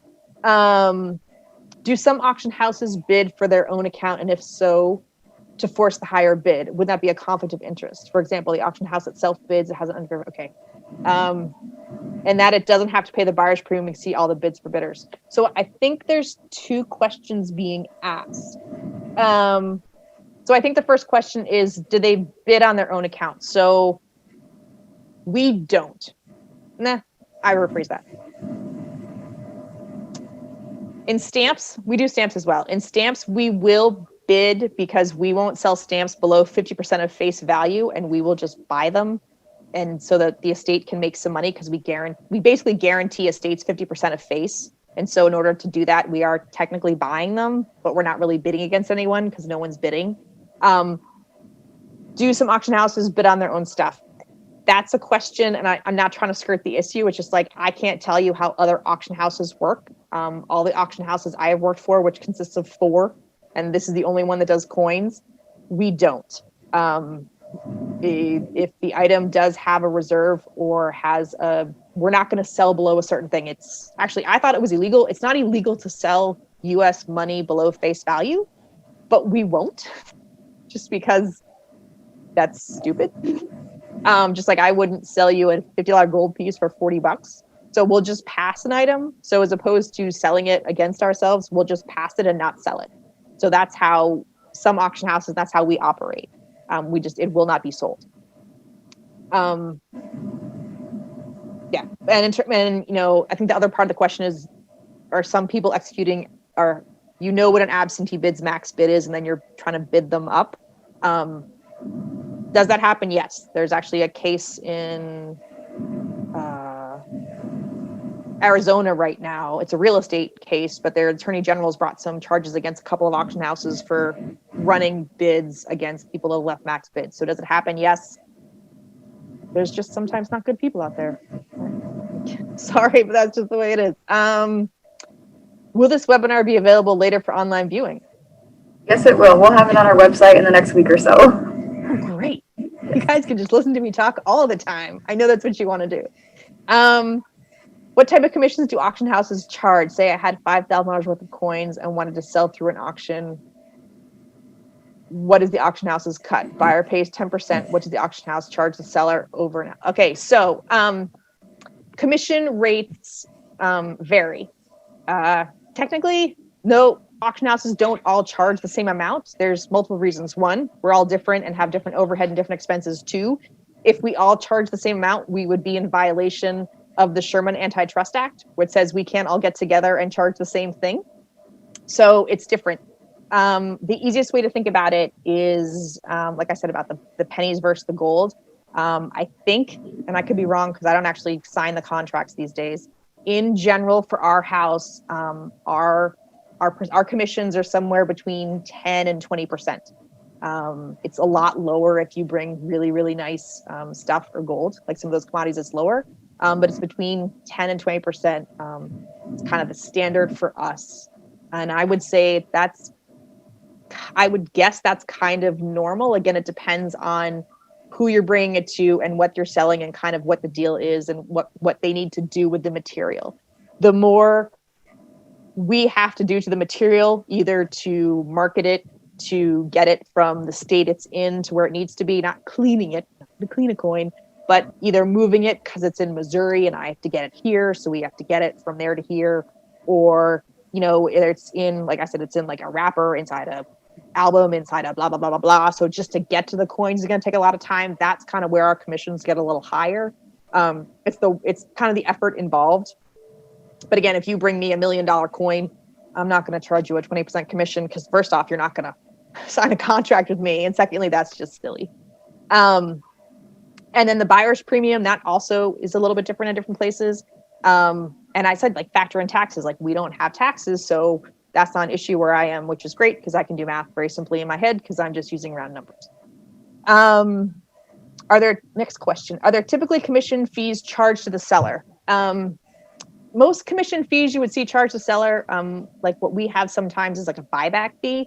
So if you give me some coins and you put reserves in them that are aggressive, I'd say, then there might be a slight, what we refer to as a buyback fee. So we've spent the time and energy to market it. We've taken it around, we've shown it everywhere, and we just couldn't get the number you wanted. And we've already discussed with you, we think the number is a little aggressive. There might be a slight buyback fee. For us, those fees range from like $5 to $10. They're not that exciting. It's not a percentage based, it's a flat fee. Some auction houses, if it's an estate situation, will pass on the marketing fees. It's just a straight pass through. So, we say we're going to spend $5,000 on marketing, and then there's a $5,000 fee added to the last invoice. Most of those other fees you see, that's going to be negotiated ahead of time with the individual. So again, just kind of like ask. If they're not being upfront with you what all the fees are and breaking them down, I would suggest talking to somebody else. And I'm not bashing any auction houses. Everyone works differently. It's just kind of, you should be comfortable with the transaction. You should feel comfortable with the situation you're in.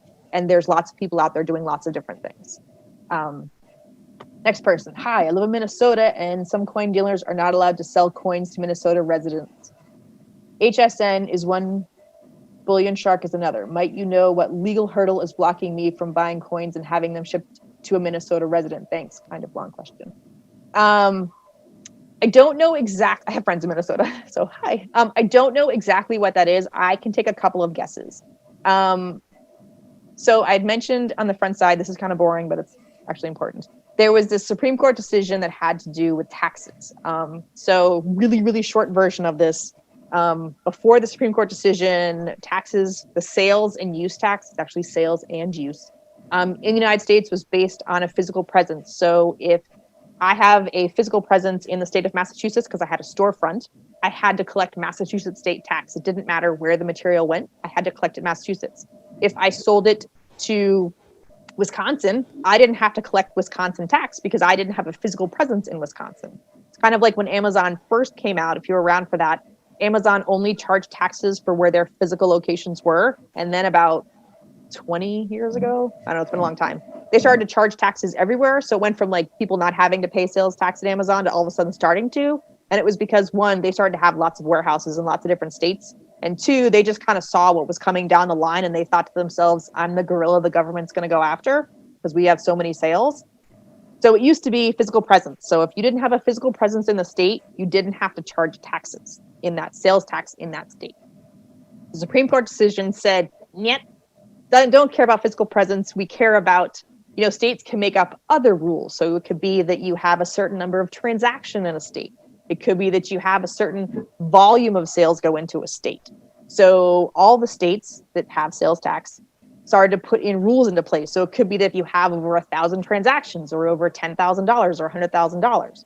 So the compliance cost, and I'm getting to your point, Matthew, in Minnesota, I really am.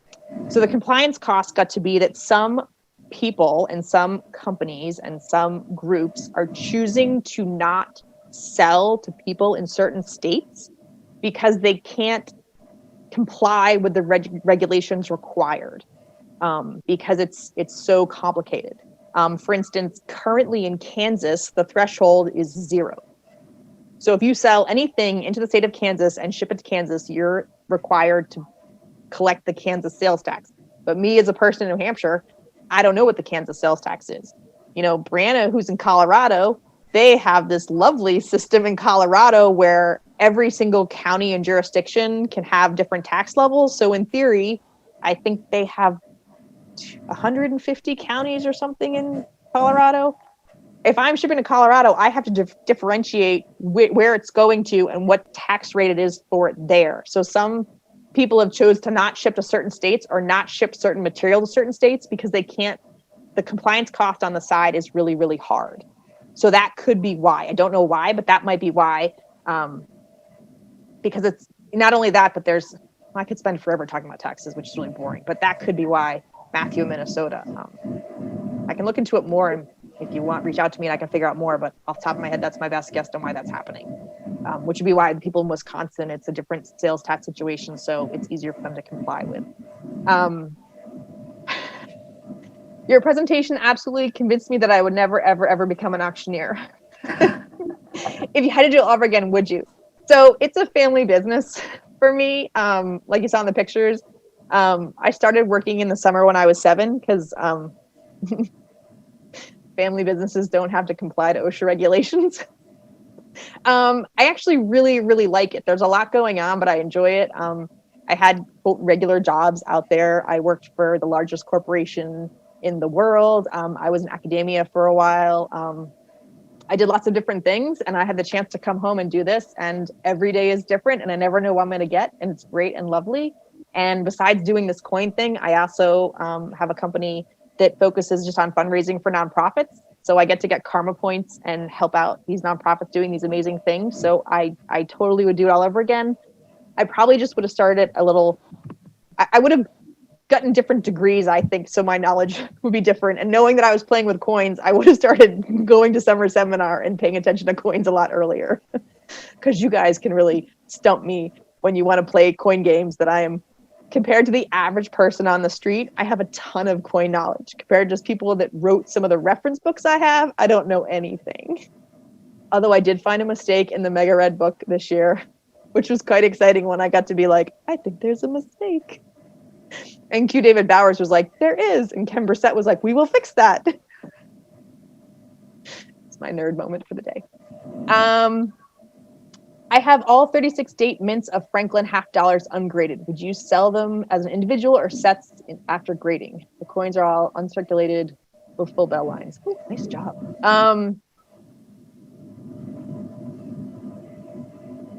We would probably break them up just because someone buying a full set, kind of not done that much. You don't see a lot of people buying full sets of things.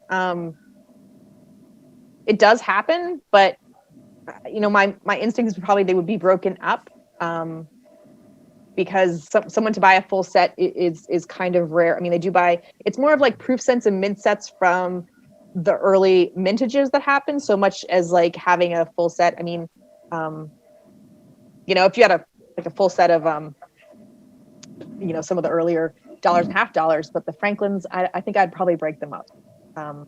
Probably be my guess of how it would be done. Why do you grade authenticate with NGC versus PCGS? We tend to go with NGC just because we're in New Hampshire and NGC is in Florida. And at the time, they had a faster turnaround time. I know, as you guys know, the turnaround times at both those places have fluctuated in the past couple of years just from staffing issues and volume of stuff coming in and out. Other times, we've literally flown down to Florida, and it's faster to fly to Florida than fly to California.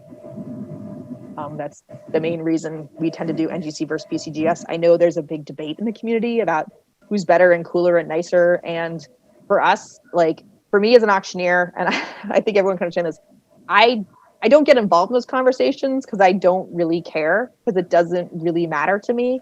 99% of the time, if we're getting stuff slabbed, as the non-owner of the material, I'm not caring 100% of what it comes back in terms of its grade. I mean, it does affect how the sale goes, but if it's that unique of a product, you people are going to look at it anyways and make your own determination whether or not they're crazy or not crazy, or inflated or not inflated.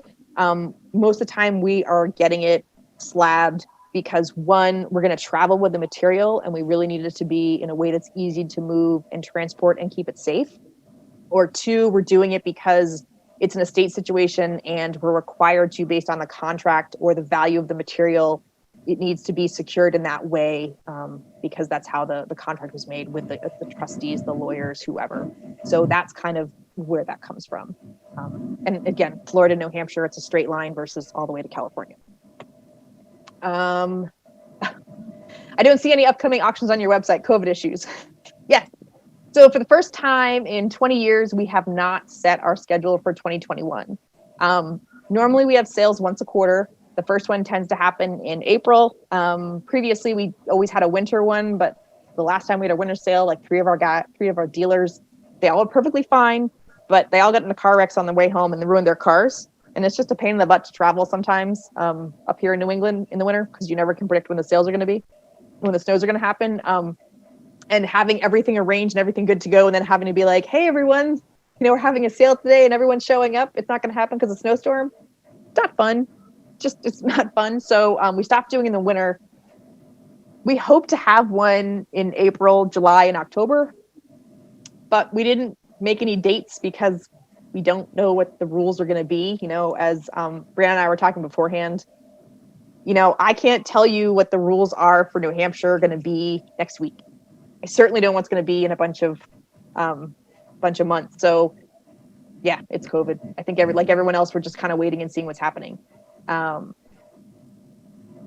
can you tell if a coin has been cleaned? I believe that lowers the value. Yes. As my Uncle Steve always likes to say, for people that aren't fully involved in coins, cleaning a coin is like someone going and putting Windex on the Mona Lisa. You just wouldn't do it. You just shouldn't do it. It's not, like, oh, there's a smudge on her face. Let it be there. How can you tell if a coin has been cleaned? There's 1.5 million ways.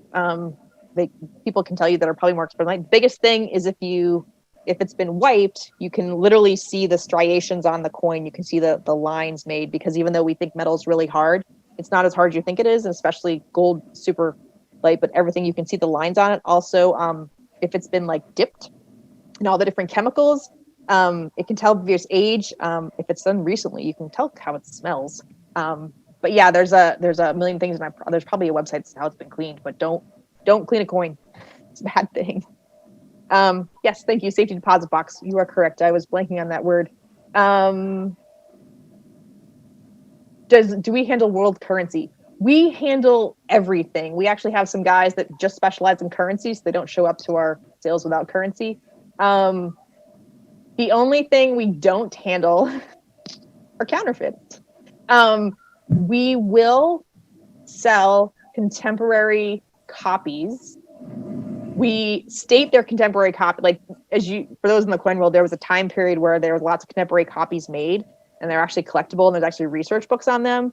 So although I'm not sure how the Treasury feels about it, we don't view them as counterfeits because they're contemporary copies, and we state that. So yeah, we'll play with everything else. Thank you. Yeah, so Mark said it has to probably, the Minnesota issue with selling coins in there has to do with the sales tax. That was my guess. That's fun. Yeah, so Matthew, about it depends. Every state's different about how they do the sales tax. It's a moving target. The Industry Council on Tangible Assets, I said, if you're a member of them, they can actually show you the lovely sheet that's specific to kind of our world. That's like currency, coins, bullion, paper money, collectible coins, and non-collectible coins. And I know you think those are repetitive, but they're kind of not, depending on what state and how they wrote their law. So there's no straight answer to anything, except for like New Hampshire doesn't have sales tax, so we've not broken it down. We don't charge it on anything. There's 4 other states that also don't have sales tax. Although Alaska doesn't have a state sales tax, but they do have municipal sales tax. So like Juneau collects it. So you just kind of have to, it's getting to be incredibly minutiae. There's some federal laws being proposed to fix this problem, but shockingly enough, there's been no traction on it because even pre-COVID, no one thought it was really sexy. And now that we have tons of online transactions, maybe, but it's a whole new Congress. So who knows?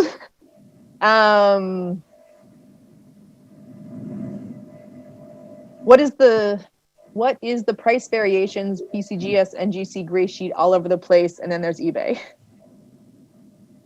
Personally, I would not use eBay as a reference point on price, but on some items. Other items it's good on. The best way I've had it described to me, and I hope I don't offend anyone here, is the gray sheet's pretty accurate, but it's not happening in real time. NGC and PCGS, generally they're showing results from sales. So it's a time reference point. Like I said, we sold a set that sold for I'm rounding numbers here, $250,000, and a year later it sold for $125,000. So the market changed. It had nothing to do with it being overvalued or undervalued at any given time. It just had to do with probably the number known and the fact that it was like I got to buy the whole set, and then like I only wanted to have one when it was resold. So the prices do change. There's lots of different apps out there. I think I have like 22 apps on my phone when I'm playing on Coin World to kind of help those things going down. But if you're going to specialize in any one thing, I think you just kind of have to figure out how the market works. You can talk to, I've found in my experience that a lot of the coin professionals are very nice and understanding. They're very open and honest with me, and they explain things to me. So like I have some dealers that I can go to and talk that really help me kind of understand some of these things, because I too am like, why is it all over the place? It's sometimes very confusing. Have you ever heard of a coin outfit called Gem Coin? They're out of China. No, I haven't, Matthew. I will say, in regards to counterfeits, I don't know if I said this before. I took the class 4 years ago with ANA. So Brian Silman and Jim Robinson were the teachers of it. I don't know if they still teach it. I think they do. Both lovely humans, very informative. I know that there's been this common discussion that there's a lot of really good fakes that come out of China. The takeaway I had was that there's also like some really good fakes that come out of Russia. We also have good fakes that come out of America. There's fakes that come out of everywhere. It just depends the skill level of the person doing it. So necessarily don't, just because a coin company is based in any country, don't assume it's real or not real. Actually, we have 3 or 4 buyers. They live in New England. They're Chinese nationals. They are awesome at our sales because the market's open in China. So they sit there with their 2 iPads and they bid during the sale. And generally after our sale, they then fly to China and sell the stuff back to the Chinese. So they're buying pandas and international stuff. They're also buying US stuff. They don't really care. It usually tends to be more bullion. They tend to be a lot of gold buyers. So, you have people from all over buying all different kinds of things. The only thing I will tell you, and it's not that any of your Chinese nationals wouldn't know, but if you ever do decide to travel to China as an individual and you're bringing coins with you, don't bring any of the Tiananmen Square coins. They weren't made by China. They were made by other countries, but China doesn't like acknowledging Tiananmen Square so much, so you will go to jail. They find you with a Tiananmen Square coin. So just avoid bringing those if you happen to go there. Does an auction house have any requirements to report sales to the IRS? Ed, that is a great question. So we'll try to do this as diplomatically as possible without getting in trouble. We are not required by any federal law, state regulation, or anything to report anything to the IRS. Besides the most obvious thing that's common everywhere is that if you pay me in more than $10,000 in cash, I have to get basic information from you. I'm then going to go to the bank and give them $10,000 in cash, and they're going to collect the same information from me. So besides spending more than $10,000 in cash with me at a sale, which is very easy to do, there is no information I have to collect from you or report back to the IRS. Therefore, there are people out there in the world that are doing nothing illegal and are buying lots of stuff and are putting it in safe deposit boxes. You can do that. It's great. Go for it. I don't have to tell anyone what you bought or who you bought unless there is a lawsuit. Usually it ends up being husband and wife getting divorced and subpoenaing records of who bought what. And if it's in the past 7 years, I might have it. But no, we are not required to share any information with IRS about sales. It's just the $10,000 cash thing, which everyone's been doing for forever. And let's be honest, no one buys with cash anymore because everyone uses credit cards because then they get to go pre-COVID on free trips. My people like to stand in line and talk about how they get to go to the Patriots game in Hawaii again this year because they're buying coins at my sale on their credit card. So, yeah. Can I jump in real quick? I have some questions that came in the chat feature. Yeah. Okay. So this one came in a while ago. So if you had already answered it, just let me know. It says, do you have an online coin auction? If so, what's the website? We don't have any going on right now. It would be on centennialauctions.com. I'm actually having to redo all my websites. So we hope to have some next year because of COVID, but right now we don't have any. Does your auction house implement a soft close in your online auctions to potentially counter sniping bids? So when we have had them in the past, we had a rolling close, which most people do. So we close them like 5 lots at a time, and they would close at a definitive time.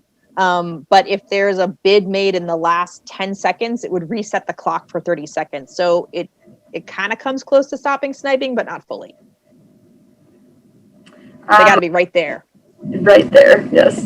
What is normally the bottom age to attend an auction? I think they mean youngest age. Youngest age? I've had everything. We actually, I'm not going to name names, but there is a gentleman who now is employed at AppMax, who's kind of high up there, that used to come to our sales when, I think he started when he was 12 or 13. His mom used to have to drive him. I am a strong believer, as is my uncle, Steve, that, the young people are the future of the hobby. So please, come to my auctions. That would be great. And also I have to say, before the auction, all the younger people that come, the dealers and people there are super helpful and nice and friendly and will tell you anything and give you all the information you want. Once the bidding is happening, they're not going to cut you a break, but ahead of time, they'll probably tell you like what it's worth, what they're bidding, everything else. It's just kind of like most humans are very nice about that, especially in the coin world. They understand and acknowledge that. So no, and we've had babies come too. So, and going up to, I have gentlemen that are in wheelchairs, the oxygen tanks, and I don't know how old they are, but I know they're in their mid to late 90s. So come one, come all. Mm-hmm. All right. How does the online auction work? We send the coins to the auctioneer or only just a picture. I have some, there was some cut out in their reception. So if you already talked about it, sorry about that.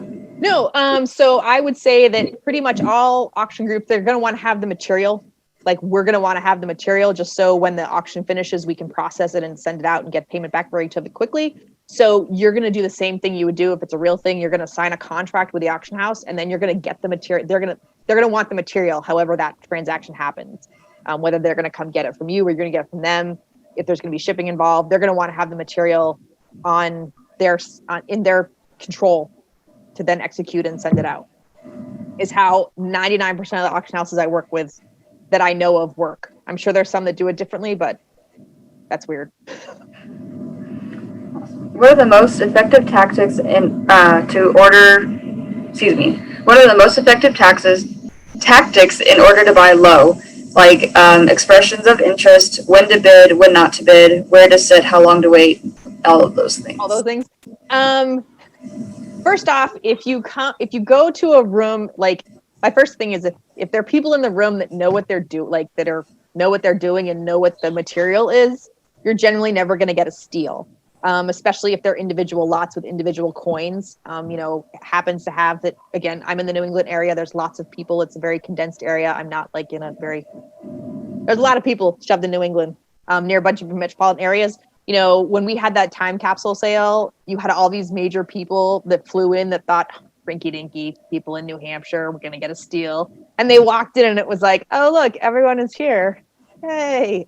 So if you're at a sale where you walk in and the dealers in the room, or the people in the room that happen to be kind of majors in this space, you're not going to get a deal. But yes, there's a phrase we like to say: if you're a Statue of Liberty, if you're sitting there and bidding like this and your hand's not moving at all with your bid card, you're not going to get a deal, because someone behind you is probably going to be like, let's see how they're going to go. And they're going to keep bidding against you to see how long your hand's in the air. It's a good way to freeze everyone else out, because they're not going to want to bid against you.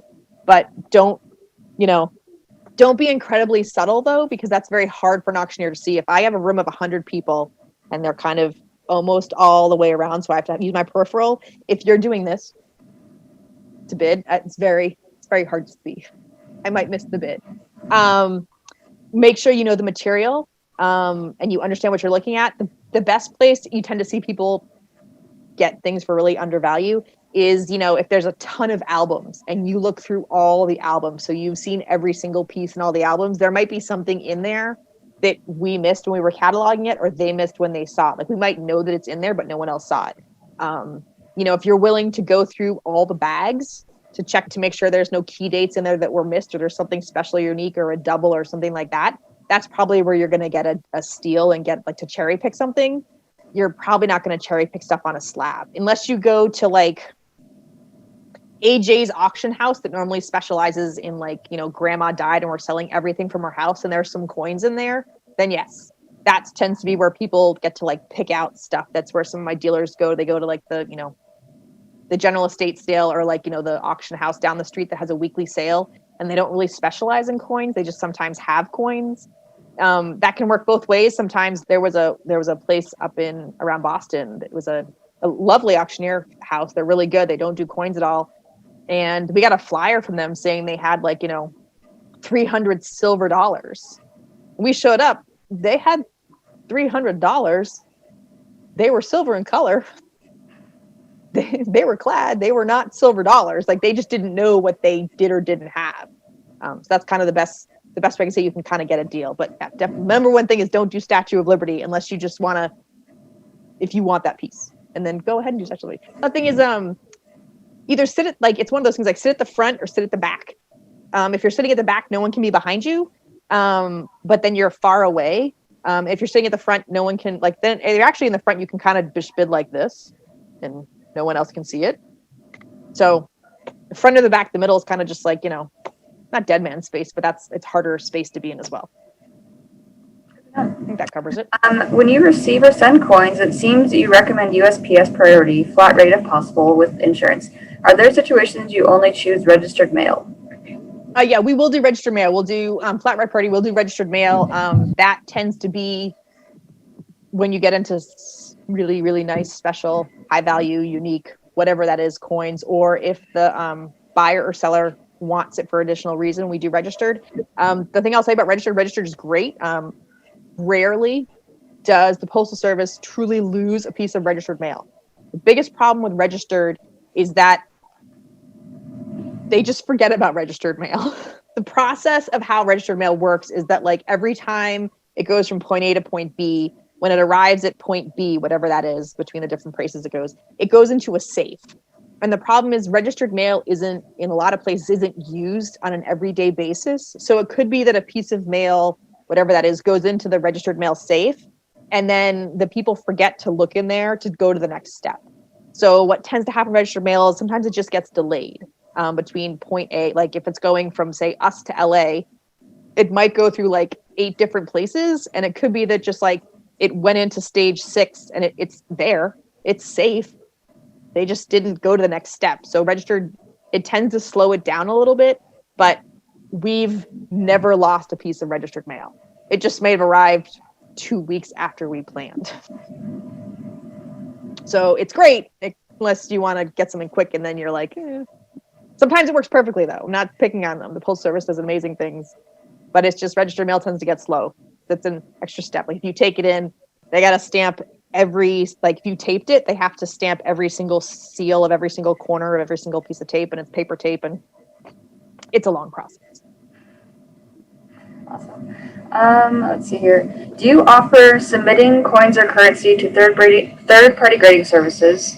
Also, after reviewing uncertified coins or currency, do you make recommendations to sellers about submitting the items to be certified? Yeah, so anything, yes, if we have a consignment of things, we do recommend sometimes, especially if we're dealing with people that are not coin people, we will suggest things should be certified.